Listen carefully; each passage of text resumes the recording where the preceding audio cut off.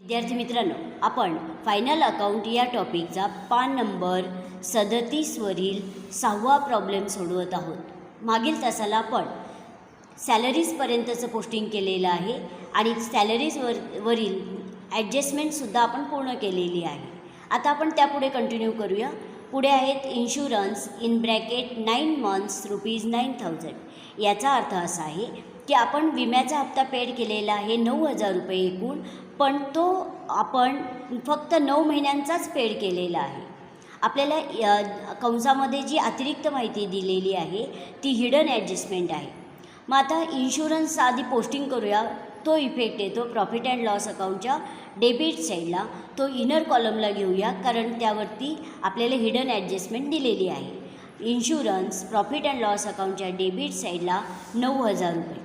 Profit and loss अकाउंटच्या debit साईडला to insurance inner कॉलमला 9,000 रुपये. आपण इनर कॉलमला यासाठी लिहिलेले आहेत कारण त्यावरती हिडन ॲडजस्टमेंट दिलेली आहे. पहा, त्यांनी आपल्याला अशी माहिती सांगितलेली आहे की विम्याचा हप्ता आपण जे एकूण 9,000 रुपये दिलेले आहेत, पण ते फक्त 9 महिन्यांसाठी दिलेले आहेत. पण अकाउंटिंग इयर हे 12 महिन्यांचे असते, म्हणजे 12 वजा 9 याचा अर्थ होतो 3 महिने. मग आता 3 महिन्यांचा विम्याचा हप्ता देणं बाकी आहे. कारण देणं बाकी आहे आपल्याला कशावरून समजले, तर आपण 9 महिन्यांचा विम्याचा हप्ता पेड केलेला आहे, म्हणजे 12 महिन्यांपैकी 9 महिन्यांचा आपण पेड केलेला आहे. उरले 3 महिने, म्हणजे 3 महिन्यांचा अजून देणं बाकी आहे. मग आपल्याला त्यासाठी गणित करावं लागेल की 3 महिन्यांचा एकूण हप्ता किती देणं बाकी आहे. तर आपण त्यासाठी गणित करूया. पहा, 9 महिन्यांसाठी आपण 9,000 रुपये विम्याचा हप्ता पेड केलेला आहे. मग आपल्याला गणित असं मांडावं लागेल की एका महिन्याला ते किती रुपये विम्याचा हप्ता पेड करतात. मग त्यासाठी आपल्याला 9,000 भागिले 9 असा भागाकार केल्यानंतर जे उत्तर येईल ते आलेलं आहे 1,000 रुपये. याचा अर्थ ते एका महिन्याला 1,000 रुपये विम्याचा हप्ता पेड करतात आणि देणं आहे आपण विम्याचा हप्ता 3 महिन्यांचा. मग 1,000 गुणिले 3 बरोबर 3,000, म्हणजे 3,000 रुपये 3 महिन्यांचा विम्याचा हप्ता देणं बाकी आहे असा अर्थ आहे. मग आपलं गणित करून झालेलं आहे. 3,000 रुपये जो विम्याचा हप्ता आहे तो आपल्याला एकूण इन्शुरन्समध्ये ॲड करावा लागेल, कारण त्या वर्षाचे आणखी 3,000 रुपये देणं बाकी आहेत. देणे बाकी आहेत म्हणजे काय आहे, ते आउटस्टँडिंग आहेत. आउटस्टँडिंगचे अर्थ 2 होतात, येणे बाकी किंवा देणे बाकी. आउटस्टँडिंग म्हणले की पर्टिक्युलर आयटममध्ये ते ॲडच करावे. एकूण जो विम्याचा हप्ता आपण पेड केलेला आहे 9,000 रुपये, त्यामध्ये ॲड आउटस्टँडिंग. मग जे आउटस्टँडिंग प्रॉफिट अँड लॉस अकाउंटच्या डेबिटला येतात ते आउटस्टँडिंग एक्सपेन्सेस असतात, म्हणजे देणे बाकी खर्च. मग आत्ताच आपण तो कॅल्क्युलेट केला. देणं बाकी आहे 3 महिन्यांचं 3,000 रुपये, ते त्यात ॲड करूया. ॲड करून आउटरला 12,000 रुपये. याचा अर्थ असा आहे, त्या वर्षी खरं तर विम्याचा हप्ता देणं आहे 12,000 रुपये, पण आपण दिलेले आहेत 9,000 रुपये आणि 3,000 रुपये देणं बाकी आहे. मग ते देणं बाकी आहे म्हणून 3,000 रुपयांचा सेकंड इफेक्ट घेऊया बॅलन्स शीटच्या लॅबिलिटी साईडला. बॅलन्स शीटच्या लॅबिलिटी साईडला आउटस्टँडिंग इन्शुरन्स. मग जेवढे आउटस्टँडिंग आहेत 3,000 रुपये देणं बाकी आहे आणखीन, म्हणून 3,000 रुपये आउटर कॉलमला लिहूया. ही हिडन ॲडजस्टमेंट होती आणि प्रत्येक हिडन ॲडजस्टमेंटचे सुद्धा 2 इफेक्ट लिहावे लागतात. आता ही ॲडजस्टमेंट आपली सोडून झालेली आहे. पुन्हा आपण ट्रायल बॅलन्समध्ये पाहूया. इन्शुरन्स नंतर आहेत प्रीपेड रेंट ₹3,000, म्हणजे प्री म्हणजे आधीच, पेड म्हणजे दिले. आपण भाडं दिलेलं आहे आधीच 3,000 रुपये, की जे भाडं पुढील वर्षाचं आहे, आपण ते याच वर्षी पेड केलेलं आहे. मग तो इफेक्ट घेऊया ॲसेट साईडला. ही काय ॲडजस्टमेंट नाही, फक्त आपल्याला ट्रायल बॅलन्समध्ये माहिती सांगितलेली आहे. मग त्याचा इफेक्ट एकदाच येतो, तो घेऊया बॅलन्स शीटच्या ॲसेट साईडला. पहा, बॅलन्स शीटच्या ॲसेट साईडला प्रीपेड रेंट डायरेक्ट आउटर कॉलमला 3,000 रुपये. आपण पुन्हा ट्रायल बॅलन्समध्ये पाहूया. प्रीपेड रेंटनंतर आहेत सन्ड्री क्रेडिटर्स 48,900 रुपये आणि सन्ड्री क्रेडिटर्स येतात बॅलन्स शीटच्या लॅबिलिटी साईडला. बॅलन्स शीटच्या लॅबिलिटी साईडला सन्ड्री क्रेडिटर्स डायरेक्ट आउटर कॉलमला 48,900 रुपये. आपण पुन्हा ट्रायल बॅलन्समध्ये पाहूया. सन्ड्री क्रेडिटर्स नंतर आहेत सन्ड्री डेटर्स 25,000 रुपये आणि सन्ड्री डेटर्स ही ॲसेट आहे म्हणून त्याचं पोस्टिंग आपण ॲसेट साईडला करणार आहोत, पण इनर कॉलमला, कारण त्याच्यासमोर स्टार आहे. 25,000 रुपये बॅलन्स शीटच्या ॲसेट साईडला सन्ड्री डेटर्स, इनर कॉलमला 25,000 रुपये. आपण लगेच पाहूया त्यावरती कोणती ॲडजस्टमेंट आहे. तर ॲडजस्टमेंट आहे चौथी, provide for further bad debts ₹1,200. याचा अर्थ असा आहे की आपल्या डेटर्सकडून 1,200 रुपये येणार नाही, ते बुडीत कर्ज आहेत. बॅड डेब्ट्स म्हणजे बुडीत कर्ज, फर्दर म्हणजे आणखीन, म्हणजे आपल्याला आपल्या ग्राहकांकडून 1,200 रुपये येणार नाहीत, ते बुडीत कर्ज आहेत. आणि आपले ग्राहक आहेत डेटर्स, त्यांच्याकडून येणं दिसत आहे 25,000 रुपये, पण त्यातील 1,200 रुपये येणार नाहीत म्हणून ते लेस करूया. लेस बॅड डेब्ट्स, इनर कॉलमला 1,200 रुपये लेस करून ते आउटरला घेऊया. बॅड डेब्ट्स हे लेसच करावेत, कारण तेवढी रक्कम आपल्या ग्राहकांकडून येत नसते म्हणून ती रक्कम आपण लेस करावी. लेस करून आउटरला घेऊया.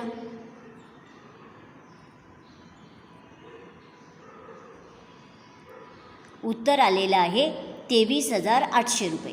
म्हणजे आपल्या ग्राहकांकडून येणं होतं 25,000 रुपये, पण आता 23,800 रुपयेच येणार आहेत.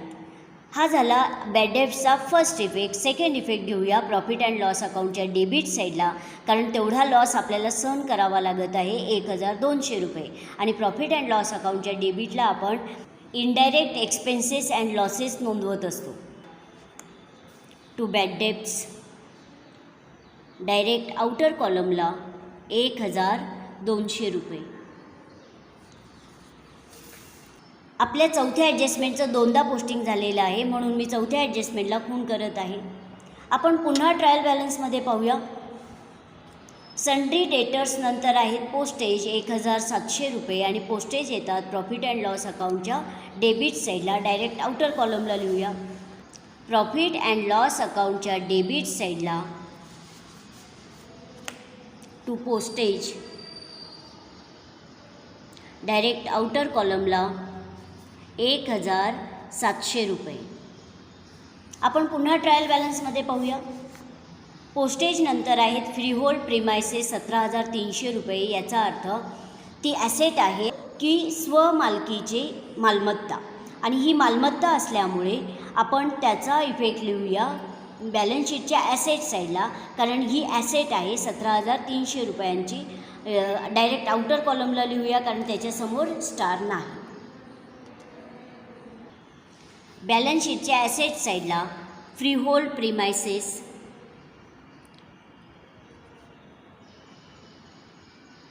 डायरेक्ट आउटर कॉलमला 17,300 रुपये. आपण पुन्हा ट्रायल बॅलन्समध्ये पाहूया. फ्रीहोल्ड प्रिमायसेस नंतर आहेत फर्निचर 20,000 रुपये आणि फर्निचर ही सुद्धा ॲसेट आहे म्हणून त्याचं पोस्टिंग आपण ॲसेट साईडला करणार आहोत, पण इनर कॉलमला, कारण त्याच्यासमोर स्टार आहे. बॅलन्स शीटच्या ॲसेट साईडला फर्निचर, इनर कॉलमला 20,000 रुपये. आपण ते इनर कॉलमला यासाठी लिहिलेले आहेत कारण त्याच्यासमोर स्टार आहे, याचा अर्थ त्यावरती ॲडजस्टमेंट आहे. आपण लगेच पाहूया त्यावरती कोणती ॲडजस्टमेंट आहे. तर ॲडजस्टमेंट आहे तिसरी, डेप्रिशिएट फर्निचर ॲट 10%. फर्निचरची किंमत 10% कमी झालेली आहे. मग आधी आपल्याला गणित करावं लागेल. आधी होती फर्निचरची किंमत 20,000, आता वर्षाच्या शेवटी तिची किंमत 10% कमी झालेली आहे, अशी इन्फॉर्मेशन त्यांनी आपल्याला दिलेली आहे. मग आपण त्यासाठी गणित करूया. आपल्याकडे फर्निचरची किंमत होती सुरुवातीला 20,000 रुपये, पण तिची किंमत 10% कमी झालेली आहे, म्हणून 20,000 गुणिले 10 भागिले 100 असा भागाकार गुणाकार केल्यानंतर उत्तर आलेलं आहे 2,000 रुपये. म्हणजे फर्निचरची किंमत 2,000 रुपयांनी कमी झालेली आहे. मग हे 2,000 रुपये आपल्याला 20,000मधून लेस करावे लागतील, कारण तेवढ्या रुपयांनी त्या ॲसेटची किंमत कमी झालेली आहे. लेस 10% डेप्रिसिएशन, आणि आत्ताच आपण गणित कॅल्क्युलेट केलेलं आहे. 2,000 रुपये उत्तर आलेलं आहे, म्हणजे त्या ॲसेटची किंमत 2,000 रुपयांनी कमी झालेली आहे. 20,000 वजा 2,000 आउटर कॉलमला घेऊया 18,000 रुपये. म्हणजे फर्निचरची किंमत वर्षाच्या सुरुवातीला 20,000 रुपये होती आणि वर्षाच्या शेवटी तिची किंमत आपल्याला 18,000 रुपये दिसत आहे, असा अर्थ आहे त्याचा. हा झाला डेप्रिसिएशनचा फर्स्ट इफेक्ट. आता सेकंड इफेक्ट घ्यावा लागेल आपल्याला 2,000 रुपयांचा, तो म्हणजे प्रॉफिट अँड लॉस अकाउंटच्या डेबिट साईडला. प्रॉफिट अँड लॉस अकाउंटच्या डेबिट साईडला टू डेप्रिसिएशन ऑन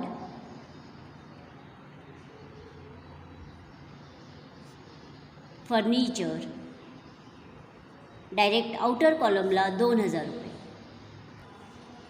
तिसऱ्या ॲडजस्टमेंटचं दोनदा पोस्टिंग झालेलं आहे, आपण तिला खूण करूया. आपण पुन्हा ट्रायल बॅलन्समध्ये पाहूया. फर्निचर नंतर आहेत बॅड डेब्ट्स ₹500, म्हणजे हे ओल्ड बॅड डेब्ट्स आहेत 500 रुपये, आणि ओल्ड बॅड डेब्ट्ससुद्धा येतात प्रॉफिट अँड लॉस अकाउंटच्या डेबिट साईडला. बुडीत कर्ज आहे, कारण तेवढा लॉस आपल्याला सहन करावा लागत आहे. म्हणजे आपल्याला इथे ओल्ड बॅड डेब्ट्सही दिलेले आहेत 500 रुपये आणि न्यू बॅड डेब्ट्सही दिलेले आहेत 1,200 रुपये. आधीच त्यांच्याकडून 500 रुपये येणार नव्हते, आणखीन 1,200 रुपये पण येणार नाहीत, असा अर्थ आहे. मग आपण आधी ओल्ड बॅड डेब्ट्सचं पोस्टिंग करूया प्रॉफिट अँड लॉस अकाउंटच्या डेबिट साईडला, आणि हे ओल्ड बॅड डेब्ट्स आहेत. प्रॉफिट अँड लॉस अकाउंटच्या डेबिट साईडला टू बॅड डेब्ट्स, आणि तुमच्या माहितीसाठी मी कंसात लिहित आहे ओल्ड, आणि ते आहेत 500 रुपये. बॅड डेब्ट्स नंतर दिसत आहेत कॅश इन हँड 4,500 रुपये, आणि कॅश इन हँड ही ॲसेट आहे, त्याचं पोस्टिंग आपण ॲसेट साईडला डायरेक्ट आउटर कॉलमला करणार आहोत. बॅलन्स शीटच्या ॲसेट साईडला cash in hand direct outer कॉलमला 4,500 रुपये. कॅश इन हँडचा अर्थ असा होतो की वर्षाच्या शेवटी आपल्या हातामध्ये एवढी कॅश शिल्लक आहे. आता आपण पुन्हा ट्रायल बॅलन्समध्ये पाहूया. कॅश इन हँड नंतर आहेत कॅश ॲट बँक 16,000 रुपये, आणि कॅश ॲट बँकसुद्धा येतात बॅलन्स शीटच्या ॲसेट साईडला. मग डायरेक्ट आउटर कॉलमला घेऊया. बॅलन्स शीटच्या ॲसेट साईडला कॅश ॲट बँक अमाऊंट आहे 16,000 रुपये. याचा अर्थ आपल्या बँकेमध्ये एवढी कॅश शिल्लक आहे वर्षाच्या शेवटी, असा अर्थ होतो. आपण पुन्हा ट्रायल बॅलन्समध्ये पाहूया. कॅश ॲट बँक नंतर आहेत कॅरेज इनवर्ड, आणि त्याच्याच पुढे कॅरेज आउटवर्ड दिसत आहे. आता कॅरेज इनवर्ड आणि कॅरेज आउटवर्ड हे दोन्ही खर्च वाहतुकीचेच खर्च आहेत.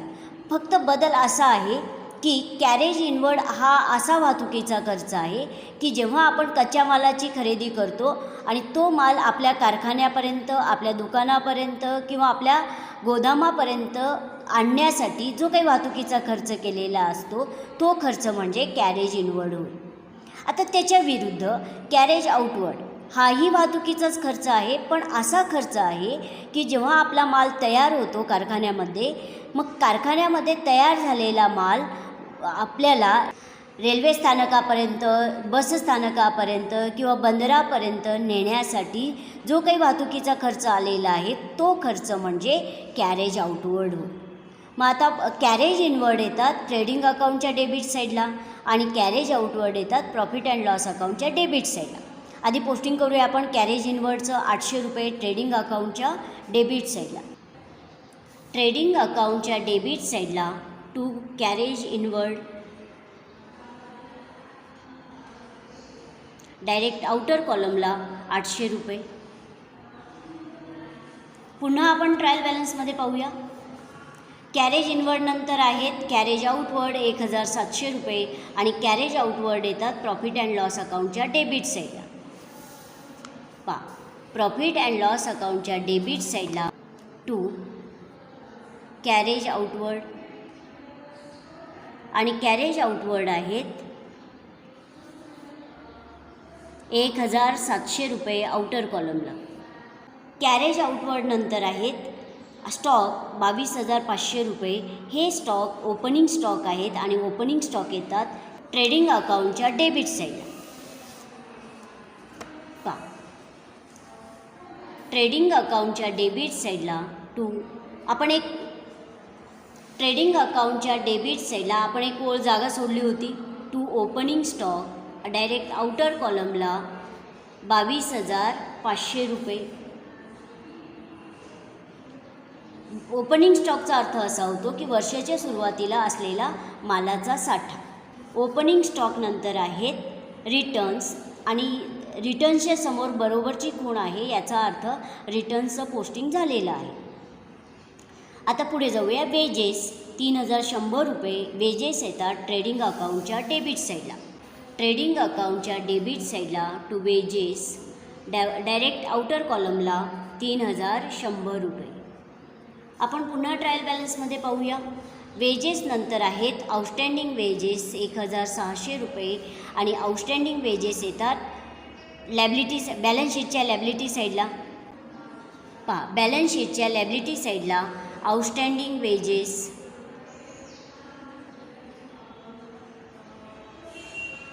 डायरेक्ट आउटर कॉलमला 1,600 रुपये. आपण पुन्हा ट्रायल बॅलन्समध्ये पाहूया. आपल्याला असं लक्षात येत आहे की ट्रायल बॅलन्सचं पूर्ण पोस्टिंग झालेलं आहे. आता आपण ज्या ॲडजस्टमेंट राहिलेल्या आहेत त्या सोडूया. आपल्याला एकूण 6 ॲडजस्टमेंट दिसत आहेत. तर 6 पैकी आपली दुसरी ॲडजस्टमेंट सोडून झालेली आहे, तिसरी ॲडजस्टमेंट झालेली आहे आणि चौथी ॲडजस्टमेंट झालेली आहे.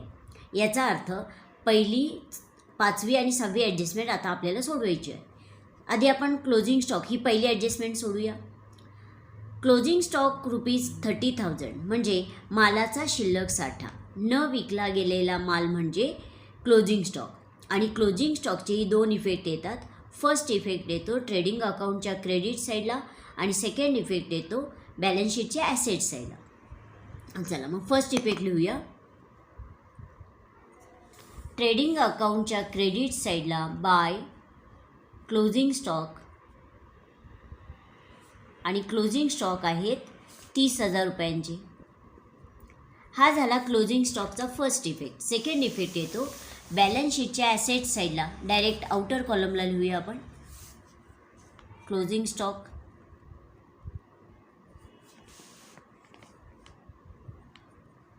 ₹30,000 आउटर कॉलमला. पहिल्या ॲडजस्टमेंटचे 2 इफेक्ट लिहून झालेले आहेत. आता आपण पुढील ॲडजस्टमेंट सोडूया. 5वी ॲडजस्टमेंट आहे. Goods of ₹5,000 destroy by fire. आगीमुळे 5,000 रुपयांच्या मालाचे नुकसान झाले. डिस्ट्रॉय होणे म्हणजे नुकसान होणे. And insurance company admitted a claim of ₹2,000 only. आणि इन्शुरन्स कंपनीने म्हणजेच विमा कंपनीने आपल्याला फक्त 2,000 रुपये क्लेम दिला. म्हणजे क्लेम म्हणजे नुकसान भरपाई, की आपल्या मालाचे 5,000 रुपयांच्या मालाचे नुकसान झालेले आहे, पण विमा कंपनीने फक्त 2,000 रुपयेच आपल्याला नुकसान भरपाई दिलेली आहे. आपल्याला असं लक्षात आलं की आपण विमा उतरवलेल्या मालाचे आगीमुळे नुकसान झालेले आहे.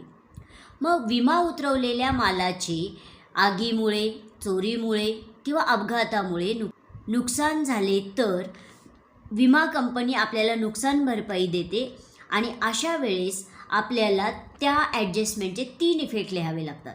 म्हणजे प्रत्यक्षात जेवढ्या मालाचे नुकसान झाले तो इफेक्ट येईल, फर्स्ट इफेक्ट. सेकंड इफेक्ट आपल्याला विमा कंपनी जेवढी अमाऊंट नुकसान भरपाई म्हणून देत आहेत तो सेकंड इफेक्ट येईल.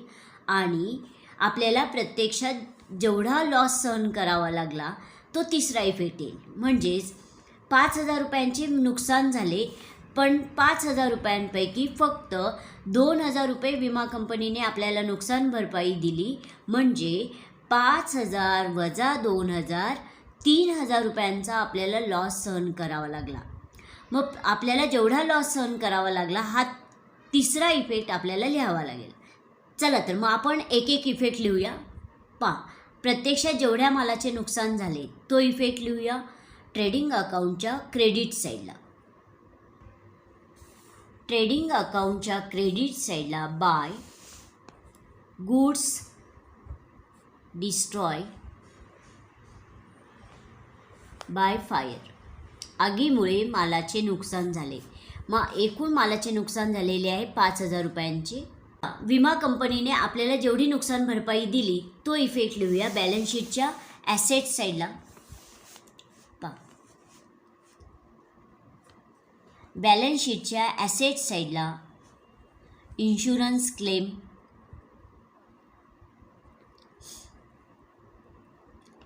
मग आपल्याला 2,000 रुपये नुकसान भरपाई मिळालेली आहे म्हणून तो इफेक्ट लिहिला आपण. आणि आता तिसरा इफेक्ट लिहायचा आहे.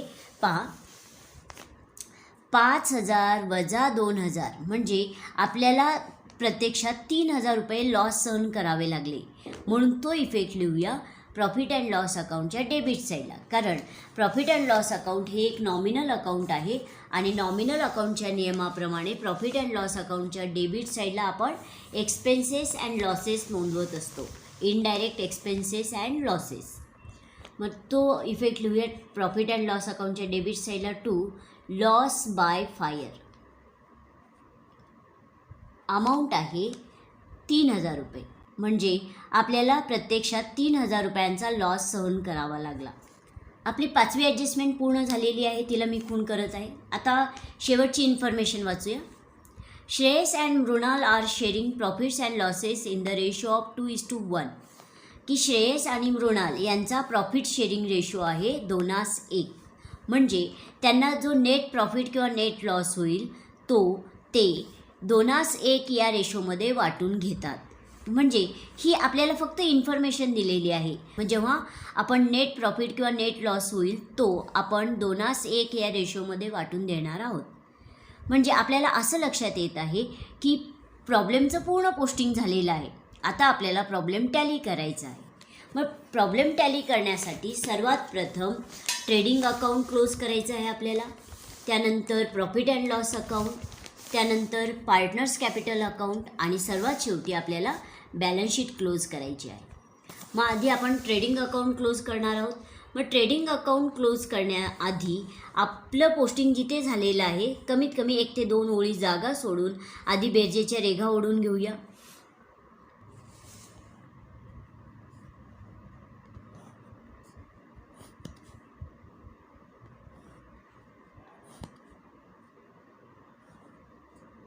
अशा पद्धतीने बेरजेच्या रेघा ओढून झाल्यानंतर ट्रेडिंग अकाउंटच्या डेबिट साईडची स्वतंत्र बेरीज करायची आहे आणि क्रेडिट साईडची स्वतंत्र बेरीज करायची आहे. ट्रेडिंग अकाउंटच्या डेबिट साईडची बेरीज आलेली आहे आणि ही बेरीज मी पेन्सिलीने लिहिणार आहे तुमच्या माहितीसाठी. डेबिट साईडची बेरीज आलेली आहे 62,400 रुपये आणि क्रेडिट साईडची बेरीज आलेली आहे 1,05,000 रुपये. आता तुलना करूया की बेरीज कोणती मोठी आहे, म्हणजे डेबिट साईडची बेरीज मोठी आहे की क्रेडिट साईडची बेरीज मोठी आहे. तर आपल्याला सहज लक्षात येत आहे की क्रेडिट साईडची बेरीज मोठी आहे आणि ट्रेडिंग अकाउंटच्या क्रेडिट साईडची बेरीज जेव्हा मोठी येते तेव्हा ग्रॉस प्रॉफिट होतो, म्हणजे इन्कम जास्त खर्च कमी. मग जी बेरीज मोठी आली ती आपण क्रेडिट साईडला पण लिहूया आणि डेबिट साईडला पण लिहूया. 1,05,000 रुपये. 1,05,000. आता मोठ्या बेरजेतून लहान बेरीज वजा करूया. 1,05,000 वजा 62,400.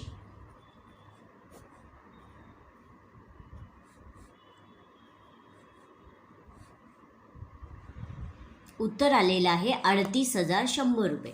म्हणजे आपल्याला डेबिट साईडला 38,100 रुपये बॅलन्स कॅरीड डाऊन द्यावा लागत आहे आणि तो जो बॅलन्स कॅरीड डाऊन आहे तो ग्रॉस प्रॉफिट आहे, टू ग्रॉस प्रॉफिट. आणि हा जो ग्रॉस प्रॉफिट आहे तो ट्रेडिंग अकाउंटचा क्रेडिट बॅलन्स आहे. म्हणजे जेव्हा ट्रेडिंग अकाउंटच्या क्रेडिट साईडची बेरीज मोठी येते तेव्हा ग्रॉस प्रॉफिट होतो आणि जरी ग्रॉस प्रॉफिट हा ट्रेडिंग अकाउंटच्या डेबिटला दिसत असला तरी तो ट्रेडिंग अकाउंटचा क्रेडिट बॅलन्स आहे, कारण आपण डेबिट साईडला जेवढी रक्कम कमी पडली ती कॅरीड डाऊन म्हणून दिलेली आहे, म्हणून तो ट्रेडिंग अकाउंटचा क्रेडिट बॅलन्स आहे. ग्रॉस प्रॉफिट हा ट्रेडिंग अकाउंटचा क्रेडिट बॅलन्स आहे. आपलं ट्रेडिंग अकाउंट क्लोज झालेलं आहे. आता ट्रेडिंग अकाउंटला जो ग्रॉस प्रॉफिट आपण कॅल्क्युलेट केला तो ट्रान्सफर करूया प्रॉफिट अँड लॉस अकाउंटच्या क्रेडिट साईडला by gross profit. Direct outer कॉलमला 38,100 रुपये. आता आपल्याला profit and loss account close करायचं आहे. मग profit and loss account close करण्यापूर्वी आपलं जिथं पोस्टिंग झालेलं आहे बरोबर चौथ्या ओळीवर बेरजेच्या आधी रेघा ओढून देऊया, डेबिट साईडलासुद्धा आणि क्रेडिट साईडलासुद्धा. 1 2 3 4 बरोबर चौथ्या ओळीवर मी बेरजेच्या रेघा ओढून घेत आहे.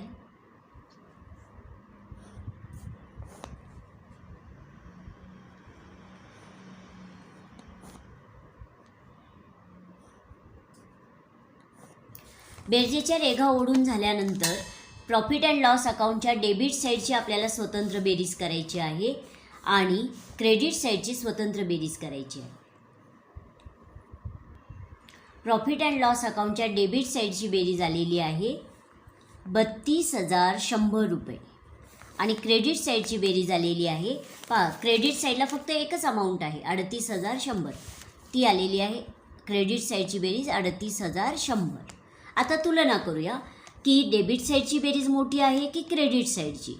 तर डेबिटला आहेत 32,100 रुपये, क्रेडिट साईडला आहेत 38,100 रुपये. याचा अर्थ क्रेडिट साईडची बेरीज मोठी आलेली आहे, कारण 38,100 रुपये हे 32,100 रुपयांपेक्षा मोठी अमाऊंट आहे. मग ती जी मोठी अमाऊंट आहे ती आपण क्रेडिट साईडला पण लिहूया आणि डेबिट साईडलासुद्धा 38,100 रुपये.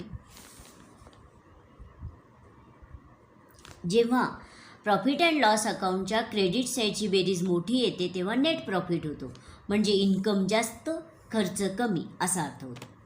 मग आता मोठी बेरीज आपण डेबिट साईडला पण लिहिलेली आहे आणि क्रेडिट साईडला पण लिहिलेली आहे. आता मोठ्या बेरजेतून लहान बेरीज वजा करूया, म्हणजे आपल्याला डेबिट साईडला जेवढी रक्कम कमी पडली म्हणजे नेट प्रॉफिट एकूण किती आला हे समजेल. 38,100 वजा 32,100 उत्तर आलेलं आहे 6,000 रुपये. म्हणजे 6,000 नेट प्रॉफिट झालेला आहे आणि तो नेट प्रॉफिट आपण इथे लिहूया 6,000 रुपये. म्हणजे एकूण त्यांना नेट प्रॉफिट झालेला आहे 6,000 रुपये. To net profit. मग पार्टनर्सची नावं लिहूया. पार्टनर्स आहेत श्रेयस अँड मृणाल आणि त्यांना हा एकूण जो नेट प्रॉफिट आहे आपल्याला वाटून द्यायचा आहे त्यांच्या रेशोमध्ये आणि आपल्याला प्रॉब्लेममध्ये रेशो सांगितलेला आहे. शेवटच्या इन्फॉर्मेशनमध्ये सांगितलेला आहे ratio. Shreyas and Mrinal are sharing profits and losses in the ratio of 2:1. Shreyas आणि मृणाल यांचा प्रॉफिट शेअरिंग रेशो आहे 2:1. म्हणजे त्यांना जो एकूण नेट प्रॉफिट झालेला आहे 6,000 रुपये तो आपल्याला 2:1 या त्यांच्या रेशोमध्ये वाटून द्यायचा आहे. म्हणजे दुसरा हिस्सा आहे श्रेयस यांचा आणि हा हिस्सा आहे मृणाल यांचा. चला तर मग आता जो एकूण नेट प्रॉफिट झालेला आहे तो आधी आपण श्रेयस यांना वाटून देऊया. श्रेयस आणि जो एकूण नेट प्रॉफिट आहे 6,000 गुणिले श्रेयस यांचा रेशो आहे 2 छेद रेशोची बेरीज 2 आणि 1 3. हा हिस्सा भागाकार गुणाकार केल्यानंतर जे काही उत्तर आलेलं आहे ते आलेलं आहे 4,000 रुपये. म्हणजे 6,000 रुपयांपैकी 4,000 रुपये श्रेयस यांना नफा मिळेल. आता आपण आपल्याला सहज लक्षात येत आहे 6,000 रुपयांपैकी जर 4,000 रुपये श्रेयस यांना मिळत असतील तर मृणाल यांना उर्वरित 2,000 रुपये मिळतील. पण आपण फक्त तुमच्या माहितीसाठी मी इथं गणित करत आहे. मृणाल एकूण जो नेट प्रॉफिट झालेला आहे 6,000 रुपये गुणिले मृणाल यांचा हिस्सा आहे 1 छेद रेशोची बेरीज 3. आणि उत्तर आलेलं आहे 2,000 रुपये. आता 4,000 रुपये आपण श्रेयस यांच्यासमोर लिहूया आणि मृणाल यांच्यासमोर 2,000 रुपये. म्हणजे एकूण नेट प्रॉफिट आपण त्यांना त्यांच्या रेशोमध्ये वाटून दिलं. आपण profit and loss account close केलेलं आहे. आता प्रॉफिट अँड लॉस अकाउंटला जो नेट प्रॉफिट झालेला आहे तो ट्रान्सफर करूया पार्टनर्स कॅपिटल अकाउंटच्या क्रेडिट साईडला. श्रेयस यांच्या कॉलममध्ये 4,000 रुपये आणि मृणाल यांच्या कॉलममध्ये 2,000 रुपये. पहा, पार्टनर्स कॅपिटल अकाउंटच्या क्रेडिट साईडला बाय नेट प्रॉफिट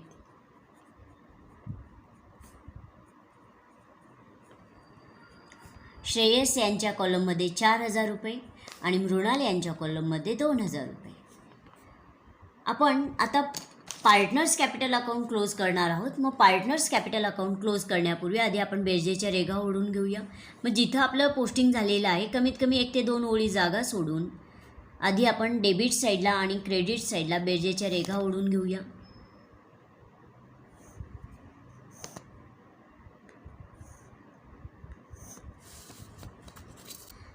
आता आपल्याला पार्टनर्स कॅपिटल अकाउंट क्लोज करायचं आहे.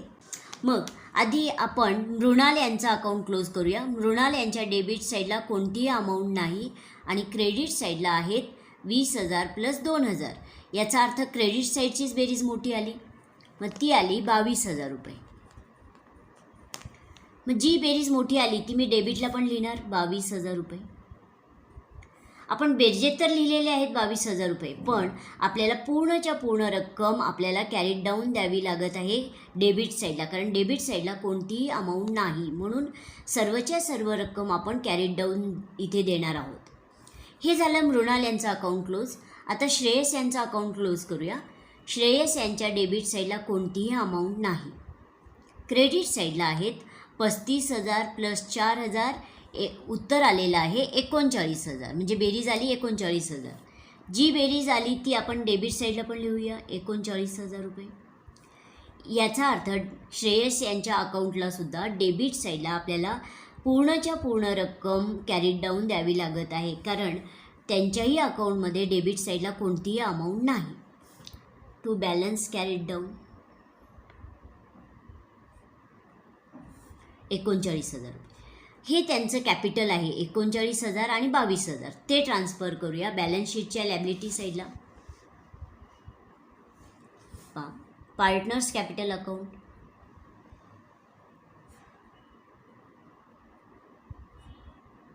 पार्टनर्सची नावं लिहूया श्रेयस अँड मृणाल. श्रेयस यांचं कॅपिटल आहे 39,000 रुपये आणि मृणाल यांचं कॅपिटल आहे 22,000 रुपये. दोघांच्याही कॅपिटलची बेरीज आपण आउटर कॉलमला घेऊया.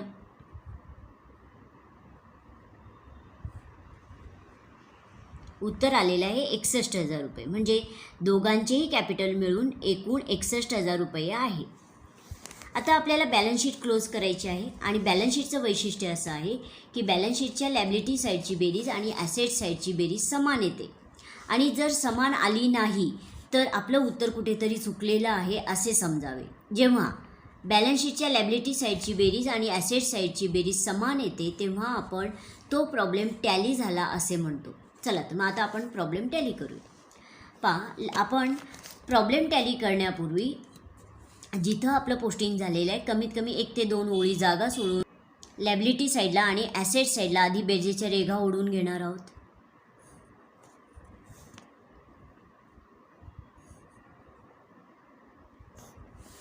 आणि लॅबिलिटी साईडची स्वतंत्र बेरीज करायची आहे आणि ॲसेट साईडची स्वतंत्र बेरीज करायची आहे. लॅबिलिटी साईडची आणि ॲसेट साईडची स्वतंत्र बेरीज केल्यानंतर उत्तर आलेलं आहे 1,22,600 रुपये आणि ॲसेट साईडची बेरीजही तेवढीच आलेली आहे 1,22,600 रुपये. याचा अर्थ आपला प्रॉब्लेम 1,22,600 रुपयांनी टॅली झालेला आहे. तर अशा पद्धतीने आज आपण 6वा प्रॉब्लेम टॅलीसह पूर्ण केलेला आहे. धन्यवाद.